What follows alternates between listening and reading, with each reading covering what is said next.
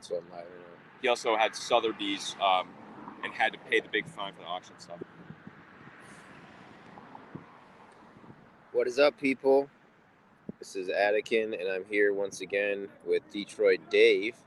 And right behind us, we're at the corner or the intersection of Grand Boulevard West and 2nd in Detroit. And this is the Fisher Building right behind me. It's very impressive. Built by Albert Kahn, is that correct, Dave? He was the architect for it, correct? Okay, yeah, probably the world's greatest known architect, and certainly the foremost architect of his day was Albert Kahn. That's right. So Albert Kahn was and his firm. They started off here in Detroit with industrialists like Henry Ford. We just drove by the Highland Park Ford plant, which was where the Model T was built on Woodward, and then the Packard plant is right behind that. That was Albert Kahn's first sort of super factory. So Albert Kahn was known for building these massive manufacturing facilities, like the River Rouge plant in Detroit was the largest of it in the world in its day, and then he built Willow Run. Oh, he did Willow Run too. Yeah, Willow Run was supposed to be the largest military manufacturing facility in the world. They were building the B-24 bombers with Boeing there. Yeah, that was during the war, and Kahn is K-A-H-N, not K-H-A-N. K-A-H-N. K-A-H-N. Albert Kahn. Yeah, and Kahn... He's born in Prussia, actually, but he died in Detroit. Died in Detroit, right? And he was he also built the so he's very known for doing Stalin's 5 and 10 year plans in Russia. He built over 600 factories in Soviet Russia, but he in Michigan, in Detroit, he's really known for being a classic Art Deco architect. You can see the Fisher Building was a trophy project, like the Cranbrook House. I mean, he's known for these manufacturing facilities, but he's also built these incredible Art Deco, skyscrapers for Detroit.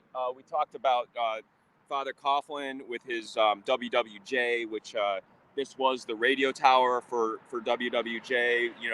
Detroit was, I think, the radio capital. I think Tom and Wes were talking about this. Detroit had, I think, the largest radio system in the world when radio first started. Oh, wow. So that was... So this is the Fisher Building. So this was built by Fisher Body, which was sold to General Motors. They were the carriage maker, basically, for the original cars, and they sold their business to General Motors, which, as Addy can show you, the first GM building. This right? is the General Motors headquarters, the original General Motors headquarters. Right behind me, it's kind of in the light there. To the east of us, right here. But you saw the current General Motors headquarters, right, down at Cobo. Did you see that? I think we drove past it. You could see it from Cobo. It's called the Renaissance Center. It's the big cylinder building that you can see. Yep. That's where General Motors, after the auto bailout, General Motors, for me, sadly, because I love architecture, and this is another Albert Kahn masterpiece, the General Motors building. They actually left this facility and they went to the Renaissance Center in Detroit. So, I think it was one of those deals where the city of Detroit sort of bought it cheap. I think they do some city services out of this GM building now, but it was, it was originally the General Motors headquarters. And from our story with the Russian retreats, we remember a character named Jacob Raskob, who was the accountant for General Motors and DuPont in the 20s and 30s when they were still a combined company. So when you think of the IG Farben assets and sort of these relationships with manufacturing and with gunpowder in this case, you see a lot of mirrored relationships between General Motors and DuPont. They were actually the same company until there was a trust breakup. And then Raskob goes on to build the Empire State Building in New York. And he also does the retreat house in Maryland that George did the reporting on, with the Russian trolls living at the Raskob retreat house in Maryland. So we've got a lot of retreat houses. DuPont was also the retreat house in the Gold Coast in Long Island that is famous for the, the glide bomber and these different paperclip projects, going to that same DuPont retreat house where George Webb went to try to find Konstantin Kilimnik. And that was another retreat house that got closed down, as reported by Bob Mueller in his, in his report that he produced. He mentioned it. He didn't Where go again was the retreat house? So there were so DuPont's had a mansion. So the Gold Coast of Long Island. Just think of the Great Gatsby and all that stuff. It's a lot of old wealth. It's where Oyster Bay is, where Teddy Roosevelt was.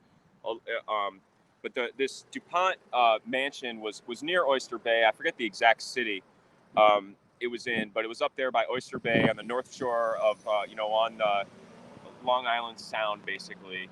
And historically, we learned that Teddy Roosevelt was doing a lot of this naval and torpedo testing. They were going between Long Island and North Shore, going to Rhode Island, Block Island. Electric Boat and General Dynamics are all in Groton, Connecticut. So there's a lot of naval history that goes into these groups as well. That again all ties to Detroit. But what we were studying the other day was this Fisher building, which was the Catholic Fishers that were associated with General Motors. Max Fisher, who was the head of the Mega Group, he actually had his offices in this Fisher building. So it is a different Fisher because, in Detroit, there's always been that confusion because we've had sort of the Fisher body, the Catholic Fishers, and then there's been Max Fisher, who's the Jewish icon, with his investment or his philanthropy at Wayne State here with the Orchestra Hall. He also was very philanthropic with his alma mater, Ohio State, giving the business school, similar to the way his nephew, Stephen Ross, gave the business school at the University of Michigan. Hey there. Yeah. Hey, how you doing? Hey, we're doing a live show. You're on the internet right now. Oh, am I? Yeah, say hi from Detroit. I'm from Detroit. Okay. Hey, you guys wouldn't be able to spare the I don't have any cash on me, sir. Yeah, I'm we're sorry. doing a live show right now. Yeah. But yeah, I'm But sorry. we're live here, guys, at Grand Boulevard West and 2nd, right in front of the Fisher Building, as you said, and just wedged in between kitty corner of the original GM building. Both Albert Kahn pieces, correct? Correct. And if Dave? you see behind you, I don't know if that's Albert Kahn, but that's currently called the Center for Creative Studies in Detroit, which is a very well-regarded art program. The one with the flag on it? With the flag, Okay, with the stripes. And that's, flag at half-mast right now. And so that art school is actually Alfred Taubman, who is also a nephew of Max Fisher, who was known for Taubman being the largest mall builder / management firm, I think, in the country. And then he also had some trouble when he was running Sotheby's International, the auction house. There was some issues with the art and some price fixing. There's been a I think of Bob Mueller's dad, giving the paintings to Harry Truman on the presidential yacht, and sort of that, the using the art from Europe and sort of using that as an asset. The FBI Mueller, his dad gave paintings to Harry Truman. Correct. Wow. Just as a gift. His dad worked for DuPont, same thing we're talking about here. He was Mueller's dad, Bob Mueller, who ran the FBI for years and, was a, lawyer at WilmerHale and did all the, was in Boston with Rod Rosenstein as his intern in Boston. Same Bob Mueller. His dad was, piloting the presidential yacht, and he was in, in Italy, going back and forth in Italy, and he was the, the captain of this yacht, and Truman was the president, and he was reported to have, gifted, artwork to Truman. Truman was an art lover, and he apparently had connections to, get that kind of art. So that was just something that happened. So it's, all of the, people know about the story with Soros and, taking the assets and trading, for spots for safety versus, going on the train, so we hear all these stories, but, all these characters they're in the story. It's a lot of the same people, it's really hard for me to, take in a lot of these things because you're just expected to accept that, Bob Mueller and Bill Barr are trusted, the head of the FBI, the head of our Justice Department, and they're just longtime players in the same network, and it's just one of those things where I feel like I'm the only one that is talking about it. And, people are obviously very uncomfortable when they hear that, these, trusted agencies are not, run by people with the best interests of the people in mind, you know, that they have these great, you know, unspoken relationships that are, you know, above what, you know, what their stated public roles are. So it's one of those things where obviously you get very uncomfortable talking about this stuff, but Oh, it says, doesn't it say Fisher? Does that say Fisher? well, there's the Fisher Theater right there. So so Fisher. So let's walk there. Right? So we're gonna walk right. I mean, right up to the we building. should even go to the thing, because this what happened was Fisher Body. They sold their body business to General Motors, so they had a lot of money, and they told Albert Kahn, make the most beautiful building, money's not an object. And this is what he built. This is a trophy building. You know, it's got a lot of your, you know, Germanic eagles. You know, very similar. Oh wow, like you know, the Nazis. Yeah, a lot of that stuff. See, look at the. It looks like the Nazi eagle, kind of. But if you think that DuPont wasn't selling gunpowder to every single army in the world, then you don't know DuPont, because that's what they do, is they sell gunpowder, you know, going back United Way. There's more of the eagles. But they love, you know, they love the Greek motifs with all the different gods and stuff. But all this stuff, I mean, I'm not sure the artist that did this, but this would have been, you know, one of the premier sculptors in the world that was doing this these projects. I think we can go in here. Really? Let's go. It's close. Oh no, they said we can go in. They said we can go in. The thing is, oh wait. Oh, it's right here. Even just the hardware on the doors. I mean, just look how beautiful everything is. Very pretty. You can see.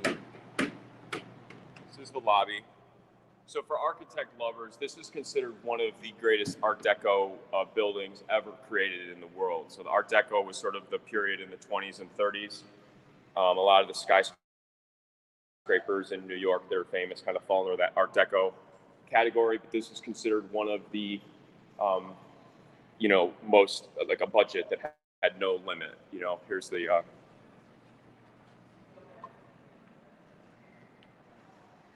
Interesting.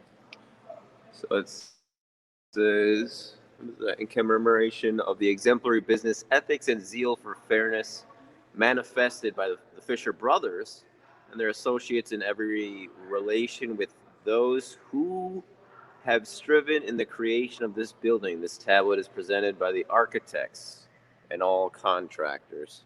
So very, very beautiful building, definitely. And oh, look at the clock too. That's kind of cool. As you see the clock on the wall itself there. Well, you got the ceiling that sort of reminds you a little bit of like... yeah, let's show you the ceiling, Grand guys. Central Station, you know, in New York. Kind of the same idea. Yeah, let me walk. Even the light fixtures are incredible. Look at that.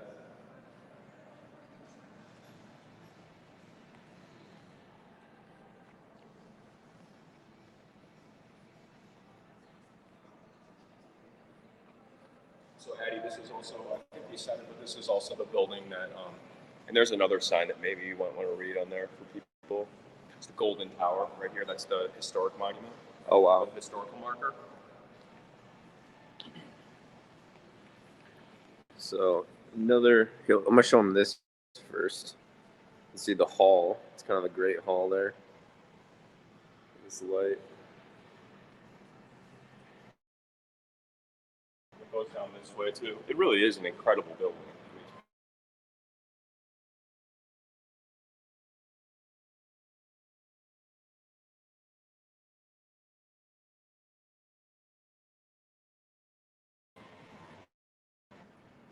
Okay, we're back. Lost for a second. Let me tie this in. I'll go like that.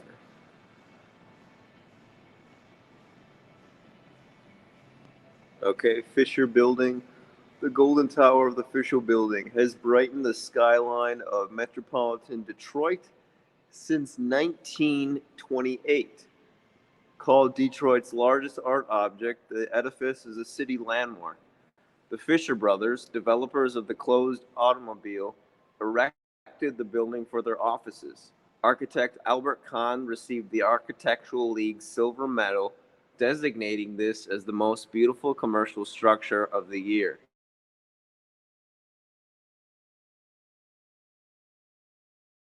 Outside metallic trim is solid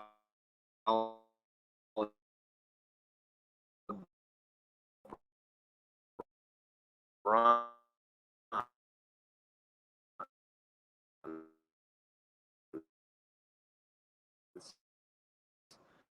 Gold leaf dominates the hand-painted arch and marble from all over the world graces both the exterior and interior of the building. Nice building.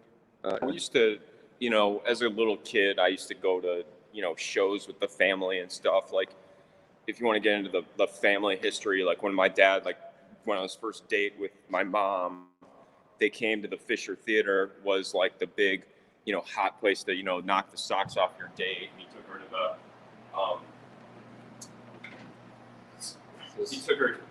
look, we're locked in. Gotta find the right door here, people. So that was, so the Fisher Theater, after the race riots in the 60s, a lot of people really got sketched out about, living and working in Detroit.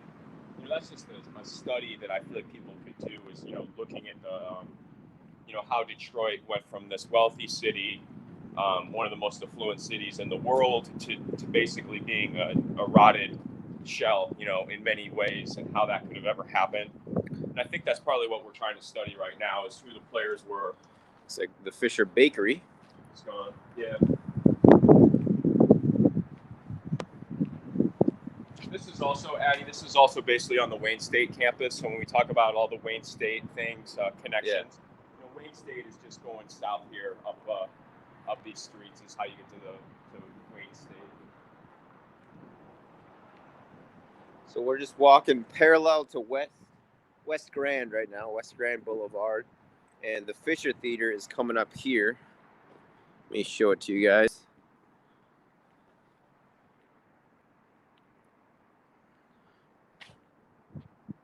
There is only intermission. We will be back.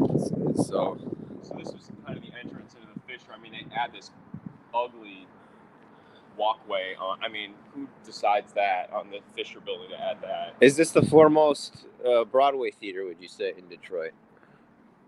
Well, I mean, Broadway is obviously in New York, and or theater district, and you got your off-Broadway. Or a play theater, I guess I meant. Detroit was an art, a cultural hub in its day. It's all this stuff was, the best acts in the world. And should we try going in? This door's open. I think it's all live. Addy, it's all the same hallway that we were just. Oh, it was? Okay, yeah. So this is the other end. It's actually in the building. It's not like a standalone where it's really easy to see where it is. I think it kind of goes. I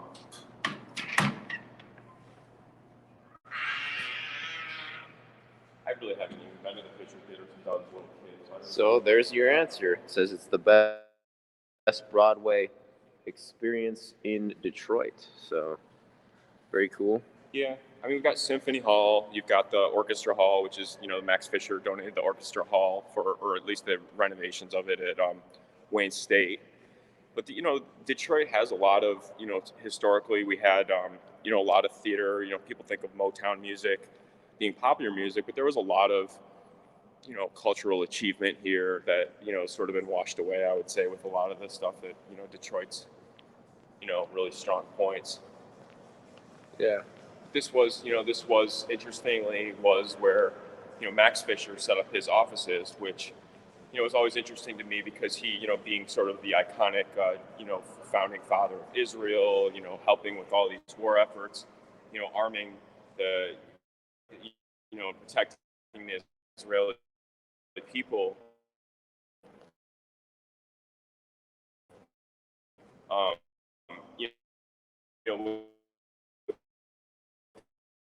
The same name Fisher, members and relationship to me that I didn't really fully understand. Mm-hmm.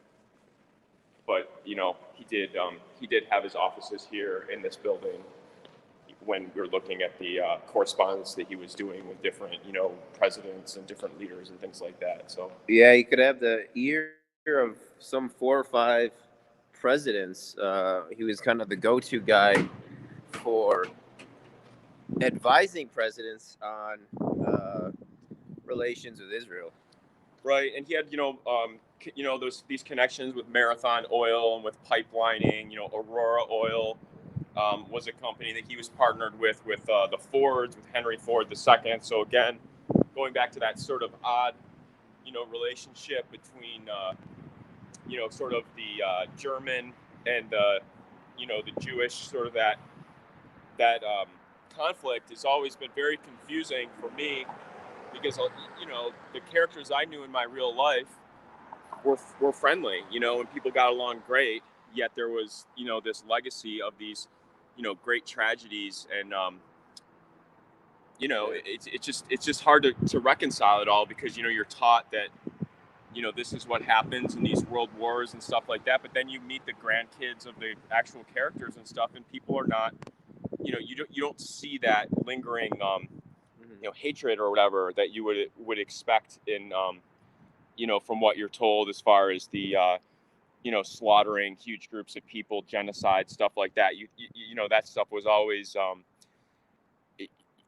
just such real stuff. But from the way that I interpreted these relationships, I did not see that level of,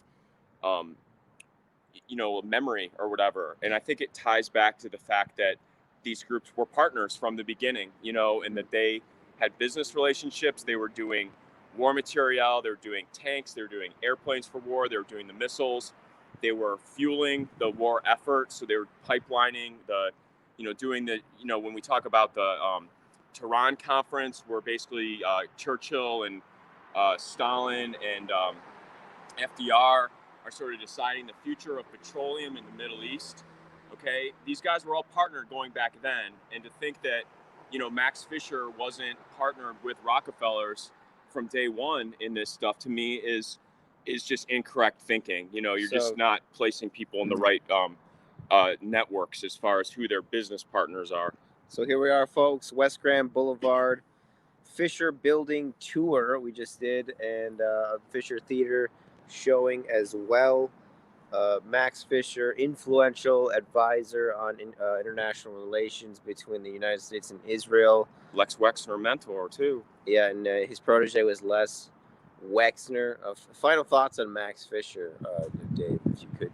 I don't know. I just think that I think it all ties to Wexner and Epstein and Hillary and Bill and the Clintons and Bob Maxwell and Mark Rich and all these relationships. They're all to me, they're all the same group, and they have been for their entire careers. And it's all the same network. So to me, there are no heroes in the story. It's a bunch of co-conspirators that are having people, do their different groups to say this, the Republicans are bad or the Democrats are bad or they're trying to steal this or they're trying to steal that. To me, this is old legacy networks all partnered together. Throw in the Bill Barr with his dad, running the Dalton School, where Epstein was the teacher. But if you really look at if you look at the students that were at Dalton and then Hackley later up in Tarrytown, a lot of very prominent people in media, ESPN, public figures, were all under that tutelage of Donald Barr. So my theory is that Donald Barr is one of the spy masters of history, that he was sort of the protege of guys like Allen and